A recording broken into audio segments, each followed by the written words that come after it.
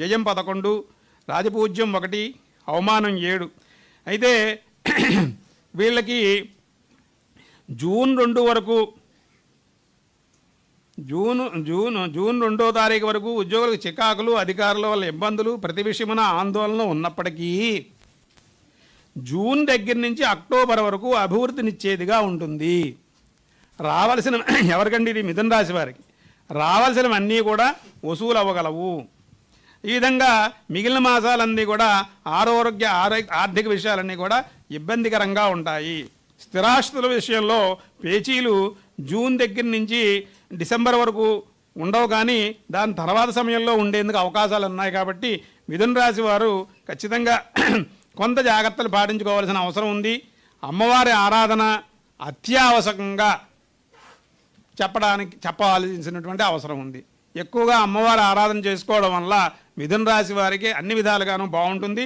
అయితే జూన్ దగ్గర నుంచి అక్టోబర్ దాకా ఉన్నటువంటి సమయాన్ని ఈ మిథున రాశి వారు సద్వినియోగం చేసుకోవడం వల్ల మిగిలినటువంటి సంవత్సరం అంతా కూడా వారికి దాని మీద ఉత్సాహంగా రోజులు గడిచిపోతాయని చెప్పడానికి అవకాశం ఎక్కువ కనిపిస్తోంది.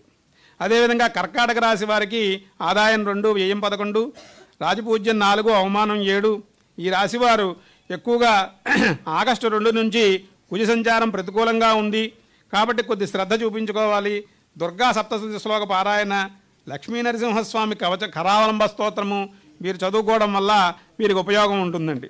దాని తర్వాత సింహరాశి వారి పరిస్థితి చూస్తే వీరికి ఆదాయం 5, వ్యయం 5, రాజపూజ్యం 7, అవమానం 2.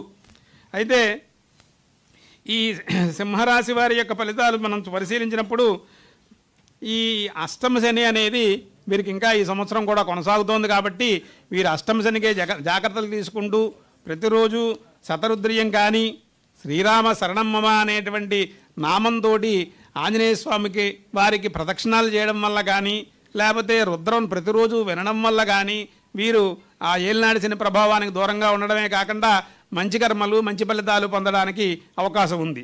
అదేవిధంగా కన్యారాశి వారి ఫలితాలు తీసుకున్నప్పుడు ఆదాయం 8, వ్యయం 11, రాజపూజ్యం 3, అవమానం 3. ఈ సంవత్సరంలో శని వీరికి కొద్దిగా వ్యయప్రయాసలు ఎక్కువగా కలిగించేందుకు అవకాశం ఉంది. అందుచేత 1-2 నెలలు సామాన్యంగా సాగుతుంది. జూన్ దాకా సామాన్యంగా సాగినా ఆ తర్వాత కొంత ఎగుడు దిగుడుగా ఎక్కువ ఉండడానికి అవకాశం ఉంది. కాబట్టి వీరు ఆంజనేయ స్వామికి ఆకుపూజలు, శ్రీరామ శరణమ్మమ అనే నామాన్ని ఉచ్చరించుకుంటూ ప్రదక్షిణాలు చేయడం వల్ల కూడా ఈ కన్యారాశి వారికి సింహరాశి వారికి కూడా విశేషమైన ఫలితాలు ఈ కలగడానికి అవకాశం ఉంది. అదేవిధంగా తులారాశి వారు చూసుకున్నప్పుడు ఆదాయం 5, వ్యయం కలగడానికి అవకాశం ఉంది. అదేవిధంగా తులారాశి వారు చూసుకున్నప్పుడు ఆదాయం 5, వ్యయం 14, రాజపూజ్యత 6, అవమానం 3. అయితే వీరి గురించి ఇందాకనే మొట్టమొదట గోచారం ప్రారంభించగానే తులారాశి వారి గురించి చెప్పడం జరిగిందండి. తులారాశి వారు ఈ సంవత్సరంలో అంటే గత 5-6 సంవత్సరాల నుంచి తులారాశి వారు చాలా ఇబ్బందులు పడుతున్నారు. కాబట్టి ఈ సంవత్సరం నుంచి వారికి మంచి ఇంచుమించు ఒక 4-5 మాసాల నుంచే మంచి ప్రారంభమైంది. భవిష్యత్తు ఇంకా అనుకూలంగా ఉండడానికి అవకాశం ఉంది. కాబట్టి దాని గురించి ఎక్కువ మనం మాట్లాడుకోక్కర్లేదు. ఇంకా ఏమైనా చదువుకుంటానంటే కనకదారాస్తవం రోజు వారు పారాయణ చేసుకోవడం వల్ల వారు విశేషమైన ఫలితాలు పొందుతారు. అదేవిధంగా వృశ్చిక రాశి వారి ఫలితాలు తీసుకున్నప్పుడు ఆదాయం 11, వ్యయం 5, రాజపూజ్యం 2, అవమానం 6. జూన్ దగ్గర నుంచి అక్టోబర్ వరకు వీరికి గుణబలం అనుకూలంగా ఉంది. కాబట్టి ఆ సమయంలో పరీక్షలు ఉత్తీర్ణత అవ్వడం, కళాశాల ప్రవేశాలు ఏర్పడడం, తర్వాత ఉద్యోగాలు ఏర్పడడం, వివాహాలు సిద్ధించడం అనేవి జూన్ అక్టోబర్ మధ్యలో ప్లాన్ చేసుకున్నట్లయితే వాళ్ళకి విశేషమైనటువంటి ఫలితాలు ఉంటాయి. గురుగ్రహ అనుగ్రహం కోసం వీరు ప్రయత్నించుకుంటూ ఉండాలి. గురువుల యొక్క అనుగ్రహం కోసం పెద్దలను పూజిస్తూ ఉండడం వల్ల వీరు అనుకూలమైనటువంటి ఫలితాలు పొందుతారు. ఇక ధనుస్సు రాశి వారికి ఆదాయం 14, వ్యయం 11. శని సంవత్సరం అంతా కూడా అర్ధాష్టమంలో సంచరిస్తున్నప్పటికీ గురుడు యొక్క కొంత గురుడు వల్ల కొన్ని ఉపయోగాలు వీరికి జరగడానికి అవకాశం ఉంది. కాబట్టి వీరు దుష్ట సహవాసాలకి చెడు అలవాట్లకి దూరంగా ఉండగలిగినట్లయితే, చెడు ఆలోచనలు దుష్ట సహవాసాలకి దూరంగా ఉన్నట్లయితే ధనస్సు రాశి వారు విశేషమైనటువంటి ఫలితాలు ఈ సంవత్సరం పొందడానికి అవకాశం ఉంది. వీరు సుబ్రహ్మణ్య ఆరాధన కానీ దత్తాత్రేయ ఆరాధన కానీ చేసుకోవడం వల్ల విశేషమైనటువంటి ఫలితాలు పొందుతారని చెప్పవచ్చు. అదేవిధంగా మకర రాశి వారి ఫలితాలు తీసుకున్నప్పుడు ఆదాయం 2, వ్యయం 8, రాజపూజ్యం 7, అవమానం 2గా ఉన్నాయండి. వీరికి ఈ సంవత్సరం అంతా కూడా గతం కంటే కొంత మేలుగా ఉంటుంది. విశేషంగా వీరు లబ్ధిని పొందడానికి అవకాశం ఉంది.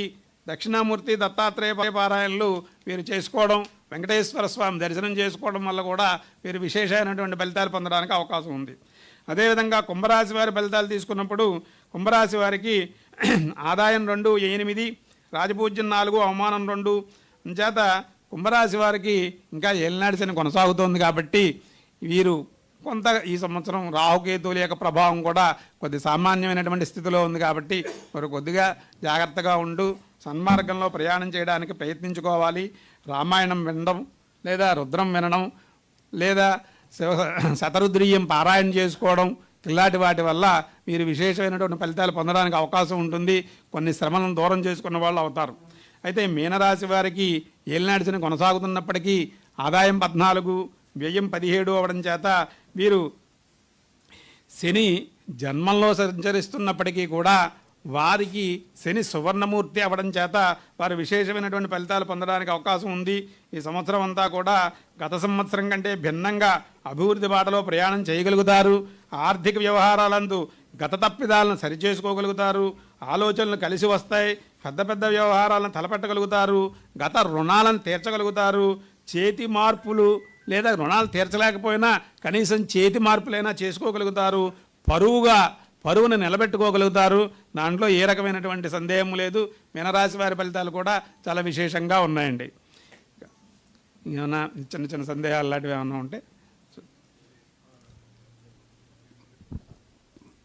వేద పండితుల ఆశీర్వచనం దయచేసి వేదే పేరుని.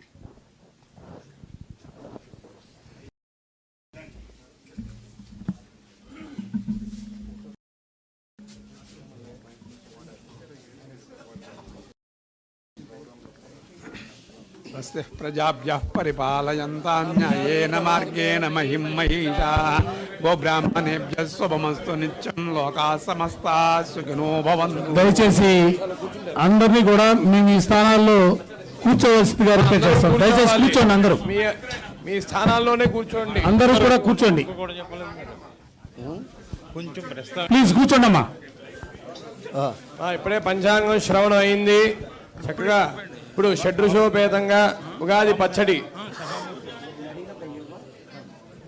దానికి శ్లోకం ఉన్నది. ఆ శ్లోకం నేను చెప్తే అందరూ చెప్పండి కాస్త.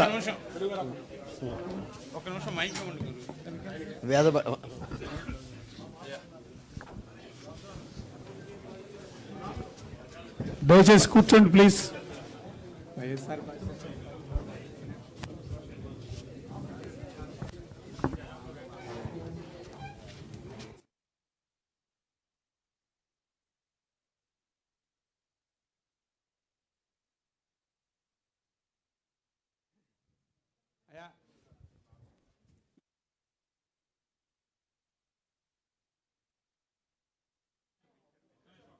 జగన్ గారు, వారు ధర్మపత్ని గారు ఈ కార్యక్రమానికి వచ్చి కార్యక్రమాన్ని తిలకించినందుకు నాకు చాలా సంతోషం.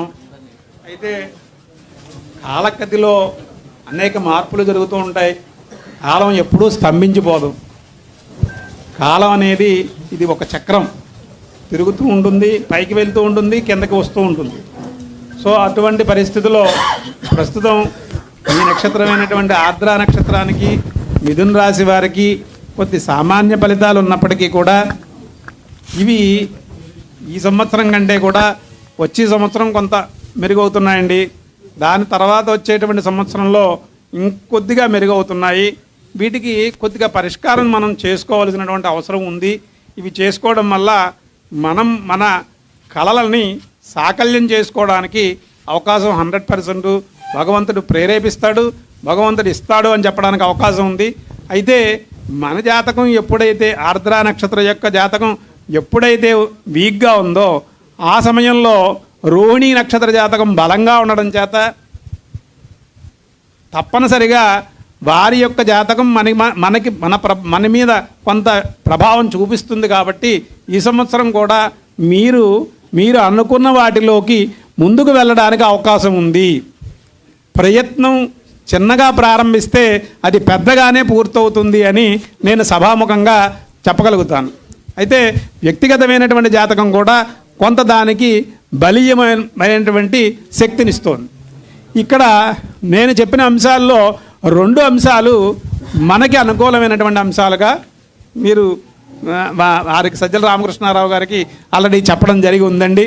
సో అందుచేత ఈ సంవత్సరం ఒక మంచి పునాది పడుతుంది, ఒక మంచిని మీరు పొందగలుగుతారు అని నేను 100% సభాముఖంగా దేవుడి ముఖంగా చెప్పగలుగుతున్నానండి. నమస్కారం.